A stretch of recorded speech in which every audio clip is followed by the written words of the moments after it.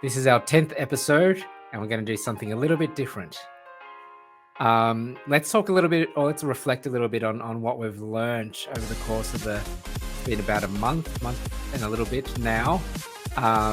Good opportunity to sort of, reflect on what we've learned and through this process, but also about sleep. But more importantly, a bit of the background of why have we pulled this together, and a little bit about your background will be interesting. Yeah, I guess we can start with why Snooze Strategists was born, and maybe then we can slowly get into the problems and I guess our experience with sleep as well. Or lack of sleep. Lack of sleep, that's true. For me, I think coming from the sleep background and worked in sleep for years, I always had the problem with, like, this people keep doing research or people keep talking about it, but how do we apply that? I think and we've been talking for a long time about this as well, so I think this was a great opportunity for me to bring in what kind of I've learned over the years and what I see are the problems in the system that and kind of educate the people and hopefully change some lives. Because for me, the biggest problem is, I mean, there are economic cost, all health cost and all these things, but for me, the biggest issue is the quality of life, and people don't even realize that they are functioning at a reduced quality of life. I think that's the part that really bothers me, and hopefully we can impact in that aspect for few people or few of our listeners. Yeah. So it's the frustration of a problem that potentially is easy to solve if it's something that we prioritized. Yeah, absolutely, that's right. I think if you get a chest pain, for an example, I think you would definitely rush and speak to your GP and get all these tests done and try to fix it. But if you're feeling if you're feeling tired, or if you keep yawning during the daytime, usually you would just have a cup of coffee and just move on and kind of pushes through or suffers through it, and you don't even realize it. But for most people, that's their regular life for 10, 20, 30 years, and they don't realize that there's some issues going on. I think that's an unfortunate part of sleep and the sleep medicine overall. Yeah. There's definitely, and I guess because that's been a vocation for you, it's only in the last 2 years that you've been actually out of being in the hospital system, running a sleep lab, conducting the research.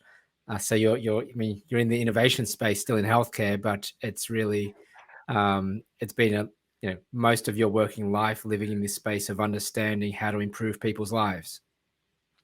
Yeah, that's right. I got into sleep almost by accident, and I got just curious what this about, and I started after pretty much after my uni, started working in sleep. But more I started learning about it, I just invested in myself and kind of learn about the clinical aspect of sleep and what the impact. And I think my passion was around the kind of daytime alertness or daytime sleepiness, because that's where for me the biggest quality of life impact comes in, and also that's where the biggest economic impact of sleep comes in. So I worked in both public and private health for 7, 8, 9 years, and I got into research hoping that's the best way to do a bit of impact. But I realized people can keep doing research, but that's not going to translate into action. I think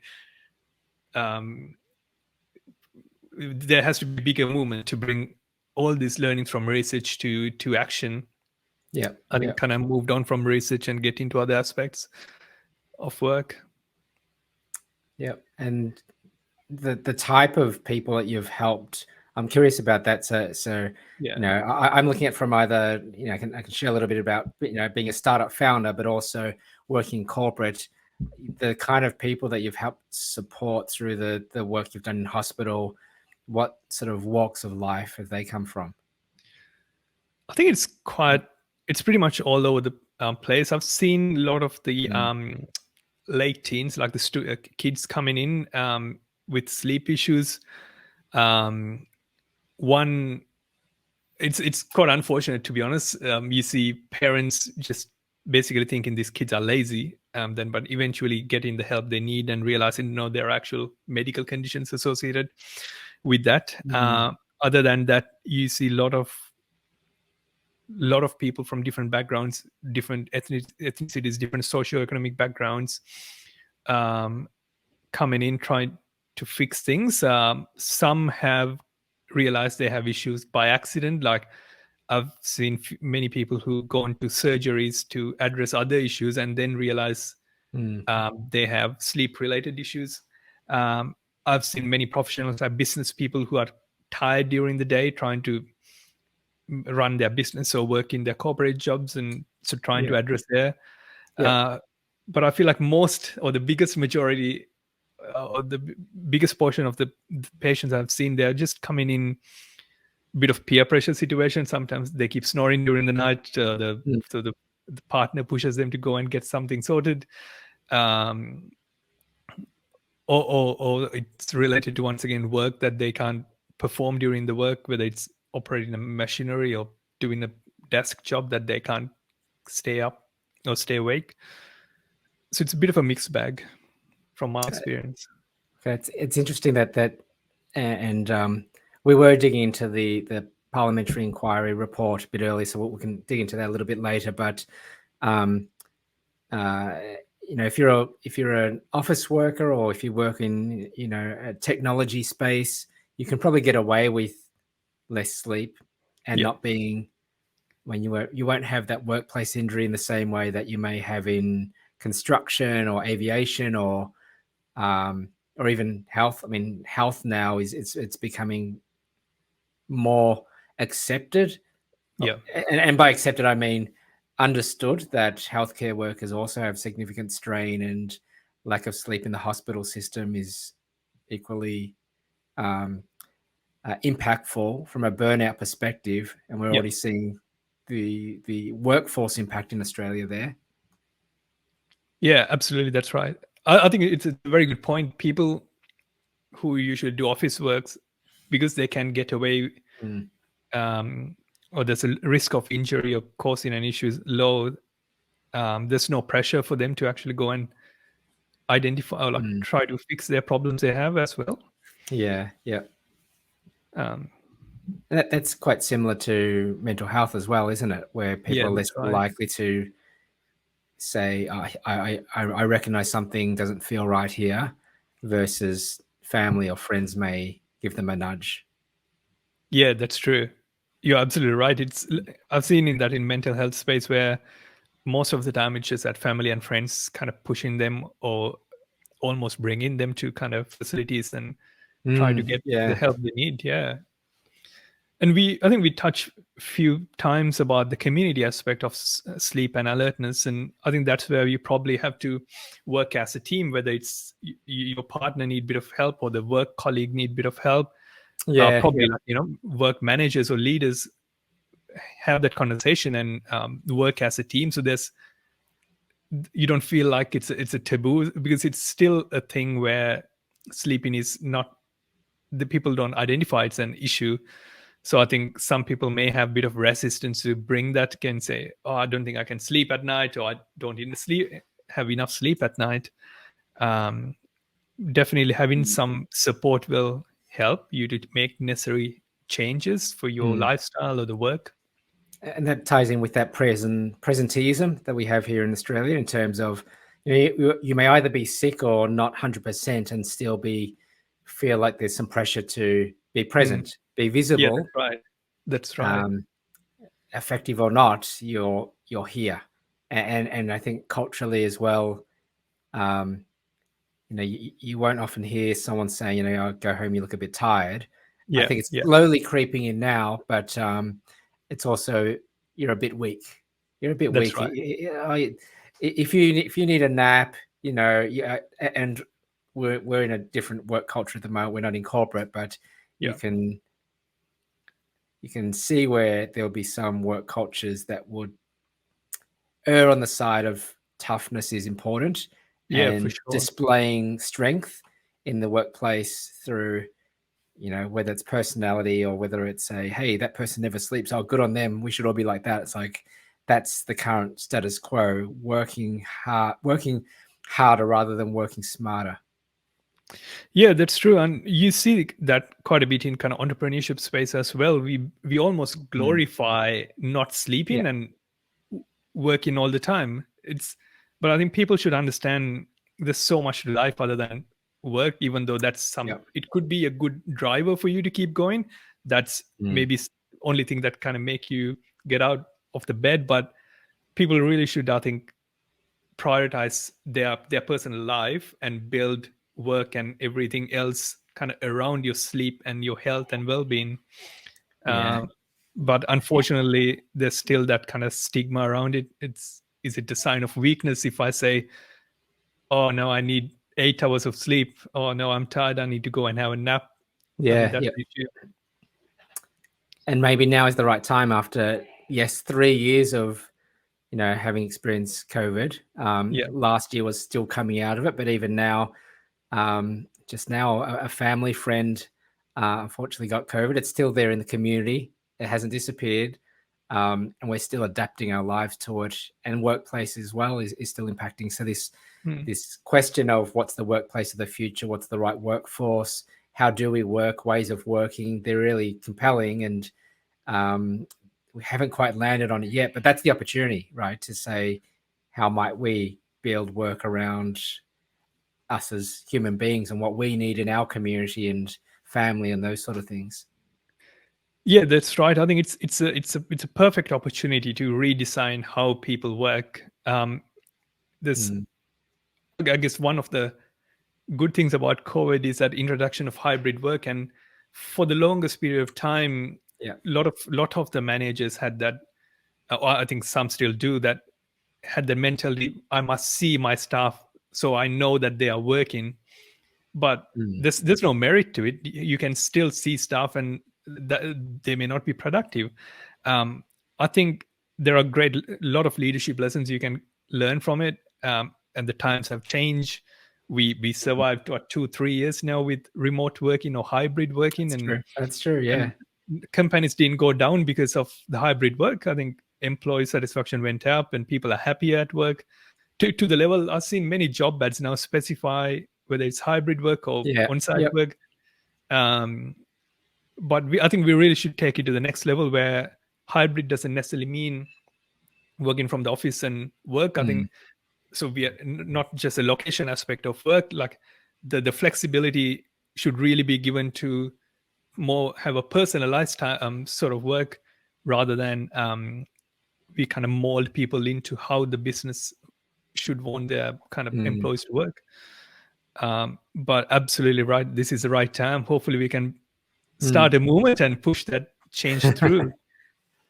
Yeah, I have to say that, I mean, the interest for me here is really that both from a leadership perspective, in whether it's in corporate or as a startup founder, the recognition of the need for balance.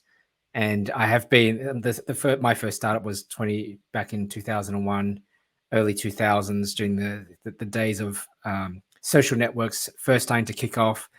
And the habits I developed as a first-time founder in terms of working nonstop, because if you don't get it done, who else is going to get it done? Who's going to do the marketing, the finance, this, and this?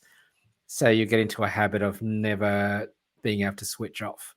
And while you're in your 20s, that seems to be okay. Your body can sort of, recover. It's highly resilient, but you develop a habit that doesn't go away easily. And then you start, as I did, getting a job in corporate, and you've brought that habit along. And that was when I was in my 30s. And then you start going, actually, your body doesn't want to keep up anymore or can't. And then you start having other impacts. So sleep definitely was a challenge for me. And the only answer was sleeping pills for a period of time until those ran out. And then it became, okay, we need some more professional help to sort of support here. But even now, it's interesting that you put me onto the As we said, I need to experiment upon myself as well. I don't have all the answers. I'm looking to you, Ashen, for them. Yeah, but right. we did the 2-week sleep diary. So that's been fascinating, and waiting for your full analysis. But just looking at it, it's quite clear that I'm sleeping anywhere between 3 to 7 hours a night, which I kind of knew, but once I had written it down, it's like, actually, this is not healthy. And as I said earlier, this doesn't show up on a blood test. I can still play with the kids. I still feel like I can do things. I'm still performing in the workplace, but I know, and I've said this to you before, I don't feel as focused or as sharp at times. And I will utilize that after lunch nap every now and again.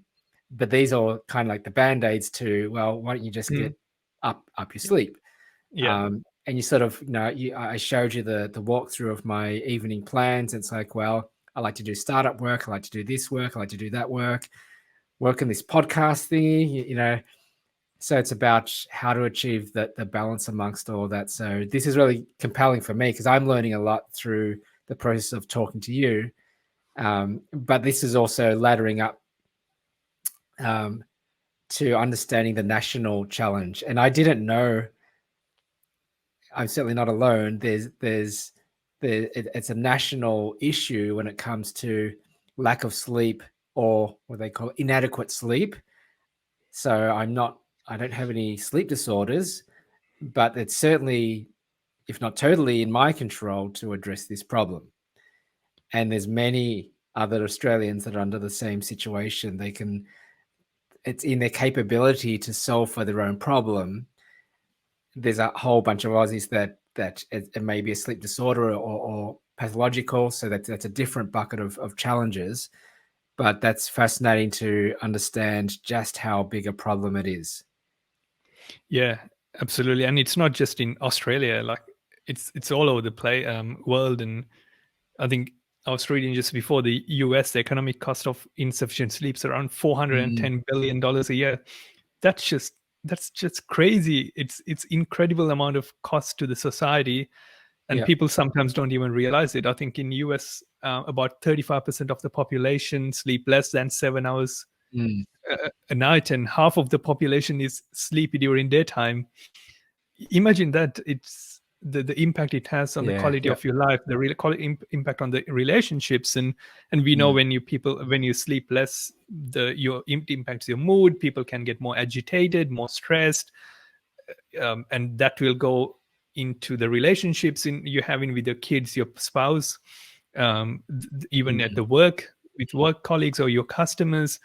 It's not, if you can sleep longer, I think a lot of these issues can be addressed and impact on the mental health. So there is definitely a serious problem here that need attention and definitely some action from government level. Yep. And I think, as we've mentioned in the past as well, is it a conversation about sleep? Because sleep isn't the goal. The goal is for you to be fully functional and to be high performing and to achieve what you would like to achieve in life, which is something that people want to, I'm assuming, aspire to. It's just sleep itself is not the keyword or the topic that people want to get bogged down in. They want to see the end, but this is part of the how to get there. That's right. I think you should treat sleep as a tool that help you to be more productive. Just think of it as your cup of coffee. That 8 hours you invest in it will give you more productive 8 hours during the daytime. So you don't have to rely on these stimulants, whether it's legal or illegal, to get through your days. You need to come up with, when you say movement, and I think of things like, not to say that vegans are a movement, but if there's a word to describe, the lifestyle that prioritizes sleep in order to forego the band-aids for better living and achieving more, that's something that would, resonate with people. There's no you don't have any rock stars saying I get X amount of sleep. Well, actually, I think we did come across Bill Gates and Jeff Bezos and some high performing executives and CEOs. Maybe that's something we can dig into on another occasion. Yeah. Some people do, but I don't know whether or not yet that there's a I guess a popular culture view that, I want to be just like Bill Gates, and if I sleep more, I'll achieve what he's achieved. That correlation of being high performing and productive, and where that gets you probably isn't well understood, or not well understood, but probably less talked about. Yeah, I think we should probably have a discussion on the productivity and what productivity is and how should we achieve those things. I feel like the sleep is probably not that sexy thing. Celebrities, people should they talk and get that attention on. I think that's the problem, right? They'd rather go and talk about something else that can get attention. As you mentioned before, everything's in this current lifestyle is built around attention. So maybe it's a good thing, like we see people like Bill Gates or Jeff Bezos talk about those things, but it's not a bad thing probably that other people don't talk about it. We need to figure out that kind of right medium, get to more people and keep this, you're right, like not necessarily a movement per se, but changing that mindset on well-being. Yep. Cool. Now, this has been interesting. It's been a great foray into sort of like a few things that we've covered, but it brings together a lot of the things that we've talked about, and culminating in actually this is a really critical health issue. I didn't think that this would be talking about health so prominently in this. We do want to talk about the leadership side as well. But no, this has been great. Any final words for our audience before we sign off, Ashen? Yeah, I think hopefully this episode will provide you why there's a need to address the sleep. I think we talked about a lot of the tools in the previous episodes. So definitely, if you have any other questions, reach out to us. We can message us from our socials, and we are definitely happy to identify what topics we should discuss in the future as well. And reach out, provide some feedback. We'd love to kind of change how we go as we kind of maturing into our podcast now. Cool. Thanks for that. And thank you everyone that's been supporting us, and great to see some subscribers joining up. But don't forget to like and subscribe. We're really enjoying seeing the engagement. See you later.